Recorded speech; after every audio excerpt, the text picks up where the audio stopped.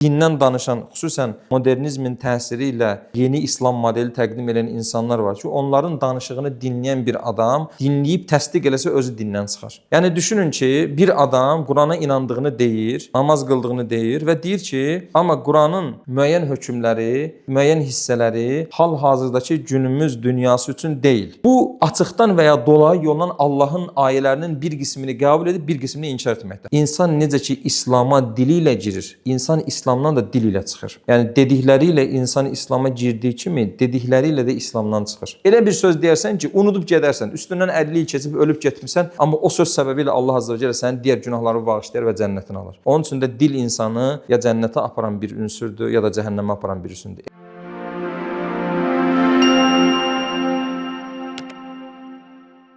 Euzubillahimineşşeytanirracim. Bismillahirrahmanirrahim. Elhamdülillah ve salatu vesselamu ala Resulillah.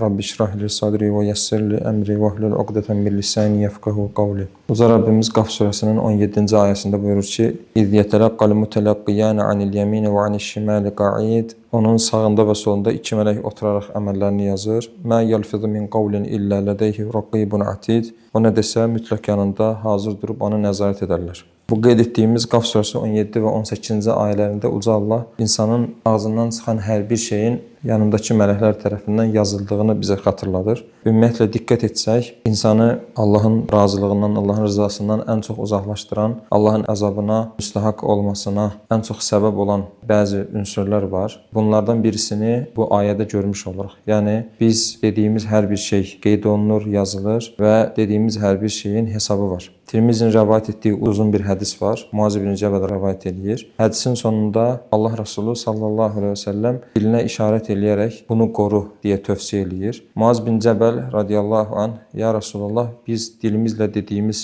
sözlər səbəbilə dəmi hesaba çəkiləcəyik deyə soruşur. Yəni Muaz bin Cəbəl burada sanki necə düşünür? Ümumiyyətlə diqqət eləsək, cahiliyyə toplumlarında belə bir zehniyyət yayğın olur ki, əsas insanın etdikləridir, dedikləri deyil. Çünki cahiliyyə toplumuna içərisində yaşadığımız cəmiyyətə də diqqət etirsək görərik ki, insanlar söz deyərkən xüsusi şəkildə diqqət eləmirlər. Yəni bu dediyim sözün mənası hara gedir, bu söz səbəbilə münasibətlər qırılır. Yəni bu şeylərə çox fikir vermirlər. Muaz bin Cəbəl də o dövrə görə cahiliyyə toplumu içərisində yetişmiş bir fərd olduğuna görə təbii olaraq düşünür ki, insan yalnız etdiklərinin hesabını verəcək. Yəni düşünün ki, biz Allahın huzurunda hesaba çəkiləcəyik. Bunu bilirik. Amma biz nəyə görə hesaba çəkiləcəyik? Etdiyimiz əməllərə görə hesaba çəkiləcəyik. Və Muaz bin Cəbəl radiyallahu anh da Allah Rasulunun dilini qoru tövsiyəsini eşitdikdən sonra, yəni ya Rasulullah, biz dilimizlə dediyimiz şeylərə görə dəmi, yəni əmələ tökmədiyimiz, sadəcə danışdığımız şeylərə görə dəmi hesaba çəkiləcəyik deyə təəccübünü ifadə eləyir, soruşur. Və Allah Rasulü sallallahu aleyhi ve sellem deyir ki, insanı üzü üstə cəhənnəmə salan dilinin qazandıqlarından başqa bir şey deyil ki, deyir. Yəni diqqət etsək, dəyərli qardaşlar, Allah Rasulü sallallahu aleyhi ve sellem bu hədisində sanki dil ilə insanın cəhənnəmə getmə səbəblərini sanki praktik hərəkətlərdən də daha çox olduğunu qeyd edir. Yəni insanı ən çox cəhənnəmə aparan səbəblərdən birisi olaraq Allah Rasulü sallallahu aleyhi ve sellem dili qorumamağı qeyd edir və digər bir hədisdə isə Allah Rasulü sallallahu aleyhi ve sellem buyurur ki, "Mən kana yu'minu billahi vel yevmil axir felyaqul xayran aw liyasmut." Allaha və axirət gününə iman edən ya xeyir danışsın ya da sussun. Burada da Allah Rasulü sallallahu aleyhi ve sellem xeyir danışmaq, susmaq məsələsini, yəni dili qorumaq məsələsini Allaha və axirət gününə imanla bərabər zikr elədi. Yəni bir insanın Allaha və axirət gününə iman edənlərdən olmasının təbii göstəricilərindən birisi o insanın danışarkən danışığına diqqət etməsi, xeyir danışması və ya xeyir olmayan məsələlərdə susmasıdır. Və ya hədisi əksdən başa düşəcək olsaq, danışarkən danışığına diqqət etməyən, xeyir danışmayan, yerli yersiz nə gəldi danışan insan Allaha və axirət gününə iman məsələsində ciddi mənada problem yaşayır deməkdir. Ən azından yəqinində, yəni o imanını həqiqi mənada olmasında problem yaşadığını bu hədisdən başa düşürük. Ümumiyyətlə diqqət etsək, görürük ki, həm hədis kitablarında, həm zöhdlə, qəlb əməllərlə bağlı yazılmış kitablarda ayrı bir bab altında şəriətimizdə dili qorumaq bölümü qeyd olunur. Yəni bir müsəlman dilini qorumalıdır, xeyir danışmalıdır. Bu bab altında Allah Rəsulundan fərqli hədislər zikr olunur, alimlərin fərqli tövsiyələri zikr olunur. Hansı ki bu hədislərin də bəzilərini inşallah dərs əsnasında xatırladacağıq. Amma ümumilikdə bir şeyə diqqət çəkmək lazımdır ki, qeyd etdiyimiz ayədən, qeyd etdiyimiz hədislərdən başa düşmüş olduq ki, bir müsəlmanın dilini qorumaması, danışığına diqqət etməməsi onu cəhənnəmə aparan ən önəmli səbəblərdəndir. Bu mövzu zikr edilərkən, bu mövzu üzərində dayanılarkən ən çox hansı nöqtələrə vurğu edilir? Yəni müsəlman dilini qorumalıdır deyərkən ən çox hansı nöqtələr üzərində vurğu edilir? Müsəlman dilini yalandan qorumalıdır, qeybətdən qorumalıdır, boş sözlərdən qorumalıdır ki, hamısı doğrudur. Bunların hamısını inşallah ümumi şəkildə qeyd edəcəyik. Onsuz da ümumi şəkildə dərslərimizdə bu mövzulara toxunuruq. Amma burada diqqət çəkmək istədiyimiz ilk nöqtə fərqlidir. Əsas bir müsəlman dilini qorumalıdır deyərkən ilk öncə nəyə başlamalıdır? Yəni yalan, qeybət, dedikodu və digər şeylərdən də öncəlikli olaraq diqqət etməsi gerəkən məsələ var. Bu o demək deyil, bu birlər önəmsizdir haşa. Yəni bu birlər də təbii ki olmalıdır, müsəlman dilini qorumalıdır. Amma bunlardan da öncəlikli olan məsələ var. Hansı ki Allah Rəsulu sallallahu əleyhi və səlləm insanın üzü üstə cəhənnəmə getmə səbəbi olaraq dilini zikr elədi. Bəs bir müsəlman dilini qorumalıdır deyərkən ilk öncə müsəlman dilini nədən qorumalıdır? Yəni müsəlman danışarkən danışığına diqqət etməlidir. İlk öncə nəyə diqqət etməlidir? Bir mömin ilk öncə diqqət etməsi gerəkən məsələ dilini küfür kəlmələrdən qorumasıdır. Yəni biz bilirik ki, iman insanın qəlbi ilə təsdiq etdiyi bir şeydir. Yəni sən bir şeyə inanırsan, amma zahiri müamilə, dünyalıq müamilə nə ilə başlayır? İnsanın imanı dili ilə iqrar etməsi, yəni inandığını deməsi, şəhadət gətirir, iman əsaslarını qəbul etdiyini deyir, Allahın təkliyinə, axirətə inandığını deyir və bundan sonra onun üzərinə İslami hökmlər gəlmiş olur. İnsan necə ki İslama dili ilə girir, insan İslamdan da dil ilə çıxır. Yəni dedikləri ilə insan İslama girdiyi kimi, dedikləri ilə də İslamdan çıxır. Çünki bu nöqtə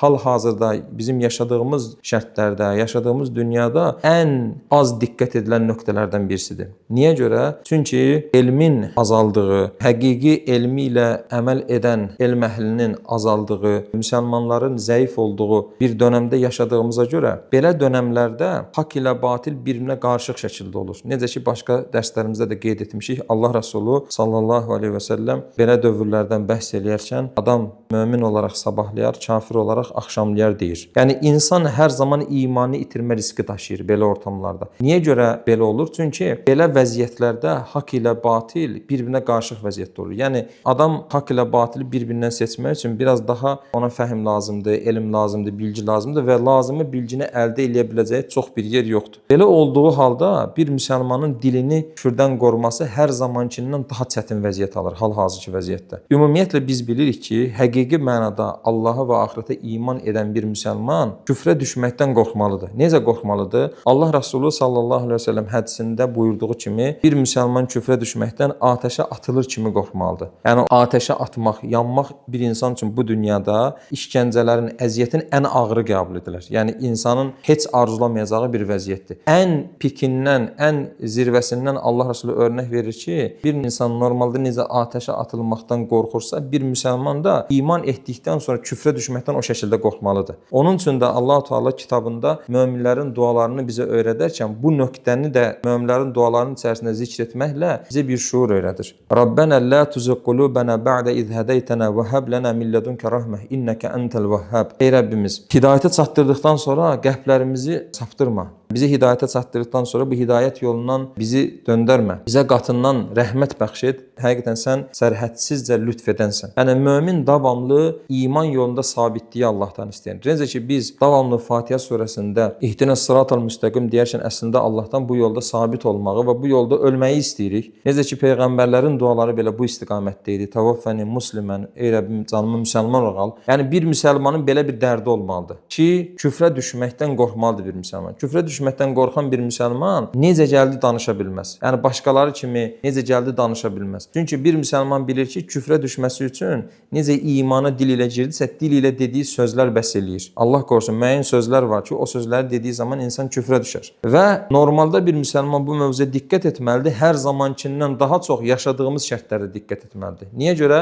Çünki İslam və müsəlmanlar hal-hazırda zəifdir. Bir də üstünə İslam deyə insanlara təqdim edilən yolların bir çoxunu İslam İslamla əlaqəsi yoxdur. Bu gün İslamdan danışan insanların əksəriyyətinin İslamdan əlaqəsi yoxdur. Bu gün İslamdan danışan, din danışdığını iddia edən bir çox adam var ki, onları dinləyən insan ən başda dindən çıxar. Yəni dindən danışan, xüsusən modernizmin təsiri ilə yeni İslam modeli təqdim edən insanlar var ki, onların danışığını dinləyən bir adam dinləyib təsdiq eləsə özü dindən çıxar. Çünki küfür kəlmələri o şəkildə insanların dilində yaygınlaşıb ki, o şəkildə insanlar artıq haqla batılı ayırd eləməkdə çətinlik çəkirlər. Bir müsəlman üçün öncəlikli olan nədir? Öz dilini küfürdən qorumasıdır. Küfür sözlərdən qorumaq üçün nə lazımdır ilk öncə? Öncə nəyin küfür olduğunu bilmək lazımdır. Çünki elm olmadan insan özünü qoruya bilməz. Yəni bir müsəlmanın özünü qoruması üçün öncə elm lazımdır. Elm deyərkən də Allahın bizə göndərdiyi kitab, həmçinin kitabı vasitəsilə dində qaynaq olduğunu bildirdiyi Rasulunun sallallahu əleyhi və səlləm sünnəsi sağlam bir şəkildə aramızdadır. Allahın kitabı, Rasulunun sünnəsi və onların ilk dönəmdən ən xeyirli ümmətin ən xeyirli nəsli olan sahabə nəsli, sələf-i salihin və onlardan sonra əsrlərcə bir-birinə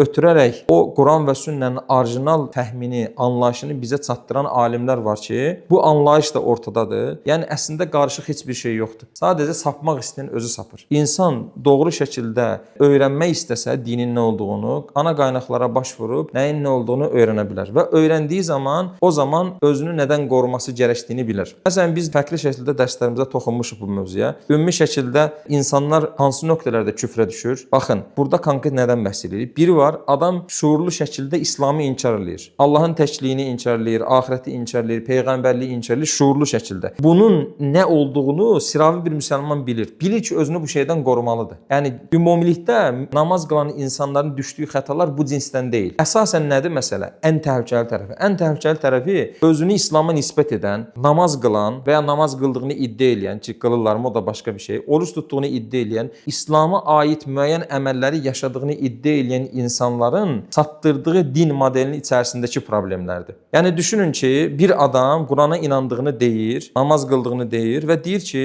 amma Quranın müəyyən hökmləri, müəyyən hissələri hal-hazırdakı günümüz dünyası üçün deyil. Məsələn, bu açıqdan və ya dolayı yolla Allahın ayələrinin bir qismini qəbul edib bir qismini inkar etməkdir. Hansı ki Allah Teala kitabında Yəhudiləri bu şəkildə vəsf edir ki, siz kitabın bir qisminə iman edib bir qismini inkar mı edirsiniz? Yəni bu gün namaz qılan insanların bir çoxunda, yəni bir çoxunda dediyim kimlərdir? Materializmin, modernizmin, sekülərizmin təsirindən təsirlənmiş, oradan gələn hava ilə təsirlənmiş namaz qılan insanların bir çoxunda mövcud olan problem budur. Əsas problem nədir? Dinin bir qismini qəbul edib bir qismini rədd etmək. Bir qismini qəbul edib bir qismini rədd etmək deyərkən adamlar bunu açıqdan biz Quranın bu qismlərini rədd edirik demirlər. Fərqli şəkildə izahlarla, təvillərlə, yorumlarla bir qismini inkar edirlər. Və inkar eləyərkən də həqiqi məqsədləri nə olduğunu demirlər. Bunu necə təqdim edirlər? Dinin, Allahın muradı, qayəsi, məqsədi budur deyə təqdim edirlər. Amma həqiqətdə inkarların altında yatan səbəb nədir? İnkarların altında yatan əsas səbəb bu gün müasir axınlar tərəfindən, yəni İslam dünyası bir zehni hücuma məruz qaldığı üçün, elmi hücuma məruz qaldığı üçün onların xoşuna gəlməyəcək hər bir şeyi İslam paketinin içərisindən çıxarır. Belə bir din təqdim eləyir və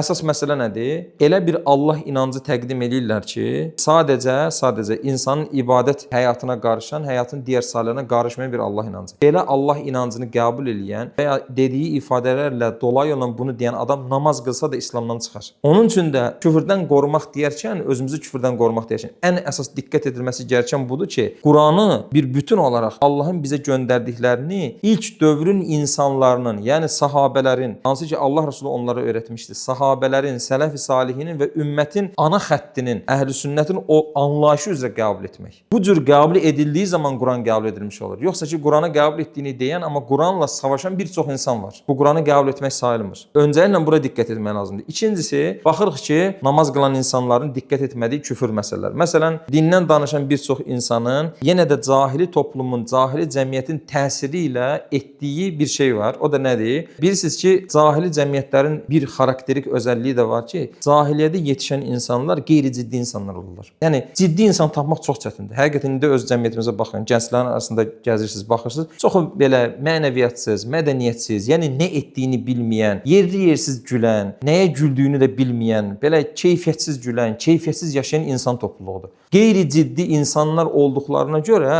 hər mövzunu lağlağı obyektinə çevirə bilirlər. Çünki zarafatın bəlli bir sərhəddi var. Biz bunu başqa dərslərimizdə danışmışıq. İslamda da zarafat var, Allah Rəsulunun həyatında. Normalda zarafat insani bir haldır. Hamı danışar, gülər. Burada heç bir qəbahətli bir şey yoxdur. Sadəcə İslam hər məsələyə sərhəd qoyduğu kimi bu məsələyə də sərhəd qoyur. Amma cahili cəmiyyətlərdə bu məsələdə də digər məsələlərdə kimi sərhəd olmur. Sərhəd olmadığı üçün zarafat mövzusuna çevirməyəcəkləri heç bir dəyər qalmır. Diqqət eləyin cəmiyyətə, heç bir dəyərləri qalmır. Hətta görmüsünüz bəzi bölgələrdə ata, ana, yəni namus, qeyrət hər şey zarafat mövzusu edilir. Düzdür? Söyüşlə danışırlar. Yəni biraz çox qəribə bir haldır ki, xüsusən ofis ortamında işləyən müsəlman qardaşlarına eşitdiyimiz budur ki, hənssə qarışıq bir ofis ortamı düşünün. Orada xanım olmağını istəmirlər ilk olaraq. Çünki bəllidir bugünkü xanımların halı açıq-saçıq, bəzənmiş, ətirlənmiş vəziyyətdə gəlir və bu başqa bir fitnə mövzusudur. Başqa bir günaha bir düşmə ehtimalıdır, Allah qorusun. O xanım olmadıqda da nə olur? O kişi, dırnaqarası kişi tayfası heç bir sərhəd gözləmədən günləri söyüş söyməklə keçir. Cahiliyyə cəmiyyəti bilirsiniz. Necə gəldi söyüş söyməklə tanınırlar və bu söyüş söymək məsələsi elə olur ki, bir-birlərinə, sonra ailələrinə lağlağı mövzusu etməyəcəkləri heç bir şey qalmır. Çünki sərhəd gözləmirlər. Bu sərhəd gözləməməkləri hara gedir, çıxır? Bir müddət sonra dinə gedir və dini dəyərlərə gedir, çıxır. Çünki ailəsini dəyər olaraq qəbul etməyən adam üçün din necə dəyər olacaq ki? Namus, qeyrət deyə bir dəyər qəbul etməyən adam üçün din necə dəyər olacaq ki? Allah, axirət, ayələr, peyğəmbər necə dəyər olacaq ki? Və bu adamlar dinlə bağlı lağlağı mövzuları danışıb gülməklə tanınırlar. Və bu barədə baxırıq ki, Allah Rəsulü sallallahu əleyhi və səlləm zamanında da bənzər hallar yaşanmışdı deyə o cahili toplum içərisində münafiqlər haqqında müəyyən ayələr gəlir ki, bunu başqa dərslərdə danışmışam. Ümumən bilirsiniz deyə çox üzərində dayanmayacağam. Peyğəmbərlə, dinlə, axirətlə, ayələrlə lağlağı istehza edən insanlar həqiqətdə belə inanmadıqlarını desələr belə, həqiqətdə müsəlman olduqlarını desələr belə, həqiqətdə namaz qılsalar belə, müsəlman toplumun içərisində görünsələr belə Allah Azza və Cəllə ayə göndərir ki, üzr istəməyin, siz iman etdikdən sonra kafir oldunuz. Tövbə surəsi 65-66-cı ayələr olmalı, səhv xatırlamırsam. Ki danışmışıq bu barədə, yəni dedim o hansı hadisə üzərinə enib falan ümumən bilirsiniz. Yəni burada nə idi məsələ? Müəyyən zahiri əməlləri var bu adamın. Namazı da var, müəyyən ibadətləri də var. Amma dilini qorumur. Dilini nədən qorumur? Allahla bağlı, axirətlə bağlı, peyğəmbərlə bağlı istehza edici şeylər danışır. Ən çox bizim yaşadığımız cahili cəmiyyətdə istehza, dini mövzulardakı istehza olan lətifələr nəyin üzərinə olur? Axirət məsələləri üzərinə olur. Cənnət, cəhənnəm bununla bağlı olur. Təəssüflər olsun ki, illərlə namaz qılan insanlar da bir də görsən bu mövzularda lağlağı elib gülə bilirlər. Və dilin insanın cəhənnəmə aparmasının əsas səbəblərindən birisi budur. Dili küfrdən qorumaq lazımdır. Öncəliklə. Küfrdən qorumaq tək bu deyil. Bunun xaricində ümumiyyətlə əlfaz-ı küfr demək bölümləri var etiqad kitablarında. Alimlər qeyd edirlər ki, insanı küfrə aparan sözlər bunlardır deyə. Düzdür, bu sözləri oxuyub gedib başqasına hökm etməyi doğru deyil. Amma əsas məsələ nədir? Əsas məsələ özümüzü qorumağımızdır. Özümüzü, ailəmizi, ətrafımızı qorumağımızdır. Hansı ki, insanlar illərlə namaz qıldıqları halda haşa Allah baba deyə bilirlər. Allah haqqında o kişi ifadəsini işlədə bilirlər. Bunun kimi sözlər insanı İslam dairəsindən çıxaran sözlərdir. Allah qorusun. Və biz dilimizi öncəliklə küfrdən və küfrə aparan sözlərdən qorumalıyıq. Ondan sonra şəriətimizdə varid olduğu üzrə diqqət etsək, Allahın qəzəbinə düçar olmağa səbəb olacaq əsas günahlar dillə bağlı günahlardır. Məsələn, küfrü dedik, bu bəllidir, insanı əbədi cəhənnəmli eləyən şeydir. Gəlirik günahlar qisminə. Günahların, məsələn, praktiki günahlara keçmədən öncə Allah Rəsulü sallallahu əleyhi və səlləmin nifaq əlaməti olaraq, münafiqlik əlaməti olaraq zikr edildiyi əsas xarakterik xüsusiyyətlərdən birisi olaraq Allah nə qeyd eləyir? Yalan. Danışdığı zaman yalan danışır. Yalan elə bir günahdır ki, digər günahlarla müqayisə edilməyəcək bir şeydir. Çünki yalan danışan insan ən başda öz imanını şübhə altına alır. Yalan danışan insanı sən heç bir sözünü ciddi qəbul edə bilmirsən. Zarafatla belə olsa yalan danışmağa icazə verilmir dinimizdə. Vay olsun insanları güldürmək üçün yalan danışanların halına deyir Allah Rəsulü. İnsanları güldürmək üçün yalan danışmaq. Onda qalmışı başqa mövzularda. Yəni yalan danışmaq yenə də dil ilə insanın düşdüyü ən əsas qüsurlardan birisidir.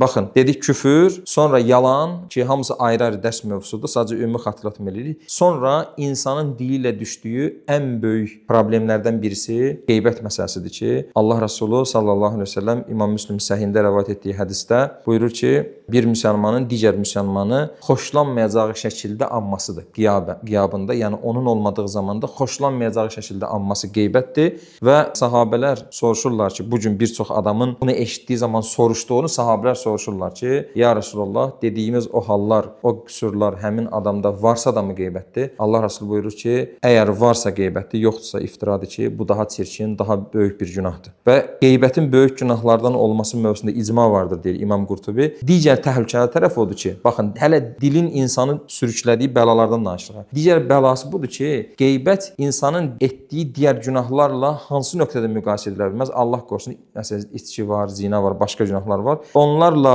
hansı nöqtədə müqayisə edilə daha ağır olur? Qul haqqı olması nöqtəsi ilə. Yəni çünki digər günahlar kimə qarşı edilir? Allaha qarşı edilir, tövbə istiğfar edilər, Allah dilərsə bağışlayar. Amma qeybət bir tərəfi ilə Allaha qarşı, bir tərəfi ilə qula qarşı edilmiş bir günahdır. O səbəbdən də tövbə istiğfarla, yalnız tövbə istiğfarla təmizlənmir. Qul haqqı olduğu üçün gedib həmin insandan halallıq alınmalıdır. Diqqət etsək, digər bir günah Allah Resulü sallallahu əleyhi və səlləm qəbr əzabını görməyə səbəb olan günahlardan birisi olaraq da söz gəzdirməyi qeyd edir. Baxın, bunlar hamısı dilin bəlalarıdır. İnsanın dili ilə düşdüyü bəlalardır. Küfür, yalan, qeybət, söz gəzdirmək və bunların hamısına hardan gedilir? Allah Resulü buyurur ki, sallallahu əleyhi və səlləm, Allahı zikr etmədən çox danışmayın. Baxın, hamısına oradan gedilir. Yəni faydasız şeyə çox danışmayın. Çünki yeni kitabımıza baxdığımız zaman, yəni Allah Resulünün sünnəsinə baxdığımız zaman görürük ki, böyük günahlardan çəkindirmək üçün ora aparan yollar qadağan edilir. Yəni bir insanın valideyninə qarşı böyük ədəbsizlik etməsindən öncə nə qadağan edilir? Uf belə deməsi qadağan edilir. Bir insanın zina etməsindən öncə nə qadağan edilir? Zinaya yaxınlaşmayın deyilir. Eyni şəkildə kitabımıza baxdığımız zaman bir çox yerdə möminlərin əlamətləri qeyd olunarkən onlar boş və faydasız şeylərdən üz çevirərlər, boş sözdən üz çevirərlər, boş söz danışmazlar. Min husni islamil mər'i tərkuhu mə la ya'ni. Bir insanın gözəl müsəlman olmasından da onun boş və faydasız şeyləri tərk etməsi deyir Allah Resulü. Diqqət etsək, Allah Azza və Cəllə cənnətdə boş söz yoxdur deyir. Yəni nə günah var, nə boş söz var deyir. Yəni insanı o böyük günahlara, küfrə, qeybətə, yalana, dedikoduya, söz gəzdirmək, yəni dilin bəlaları olan o günahlara aparan əsas ünsur nədir? Birinci, boş və faydasız danışmaq. Allah'a zikir olmayan və ya hər hansı bir ciddi fayda olmayan mövzularda bacardıqca danışmamaq lazımdır. Çünki çox danışmaq insanı günaha aparır. Allah qorusun. Bu səbəbdən də şəriətimizdə öncəliklə bu qadağan edilir və Allah Resulü sallallahu əleyhi və səlləm dil məsələsində xüsusi olaraq bizə bir həqiqəti çatdırır ki, bəzən olar ki, bir adam heç əhəmiyyət vermədiyi bir söz söyləyər. Bu söz səbəbilə Allah Azza və Cəllə sırf bu söz səbəbilə ona qəzəb elər və onu cəhənnəmə atar. Yəni niyə görə Allah Resulü bu şəkildə deyir? Bilirik ki, Allahın qəzəbi günahların içərisində gizlidir. Allahın qəzəbindən qorxan bir müsəlman günahların bütünündən qaçınmalıdır ki, bilmir ki, hansı günahı səbəbilə Allah ona qəzəb edir. Allahın qəzəbindən qorxduğu üçün günahlardan qaçınmalıdır və Allah Resulü sallallahu əleyhi və səlləm Allahın ən çox qəzəbini çəkən hallardan birisi olaraq insanın dili ilə dediyi şeylərə vurğu edir. Və buyurur ki, adam bir söz deyər, heç əhəmiyyət verməz. Sadəcə sözdür dedi. Sırf o söz səbəbilə Allah ona qəzəb elər və cəhənnəmin dibinə atar onu. Allah Resulü ardıca da deyir ki, bəzən də olar ki, adam bir söz söyləyər, yenə əhəmiyyətinə varmaz, amma Allah o söz səbəbilə ondan o qədər razı qalar ki, sırf o söz səbəbilə onu cənnətin üst təbəqələrinə qaldırır. Bu da nədir? Allahın razı qalacağı sözlər demək, insanları Allaha çağırmaq, Allahın ayələrinin unudulduğu yerdə sən Allahın ayələrini xatırlatmağın. O mən əhsənu qavlən mimmən da'a ilallah. Allaha çağırandan daha gözəl sözlü kim ola bilər deyir Rəbbimiz. Yəni bunun kimi və ya dinə qarşı danışıldığı bir yerdə dini müdafiə etmək. Elə bir söz deyərsən ki, unudub gedərsən, üstündən 50 il keçib ölüb getmisən, amma o söz səbəbilə Allah Azza və Cəllə sənin digər günahları bağışlayar və cənnətinə alır. Onun üçün də dil insanı ya cənnətə aparan bir ünsürdür, ya da cəhənnəmə aparan bir ünsürdür. Elə bir dövrdə yaşayırıq ki, bu dövrdə göz ilə bağlı düşülən günahlar heç bir dövrdə olmadığı şəkildədir. Dil ilə bağlı düşülən günahlar heç bir dövrdə olmadığı şəkildədir. Fiziki olaraq digər orqanlara düşülən günahlar heç bir dövrdə olmadığı şəkildədir. Təbiidir ki, belə dövrdə yaşayan müsəlmanlar gözünü, dilini, əlini, digər üzvlərini haramdan, günahdan qorusalar, Allahın rızası istiqamətində istifadə etsələr, daha əvvəlki əsrlərdə yaşayan müsəlmanların nisbətdə Allahın rızasına daha yaxındırlar. Çünki çətinlik artdıqca, imtahan artdıqca mükafat da artır. Allah Azza və Cəllə gözümüzü, dilimiz və digər əzalarımızı onun istədiyi istiqamətdə istifadə etməyi bizə asanlaşdırsın və müsəlman olaq canımız alsın. Elhamdülillahi Rabbil alemin.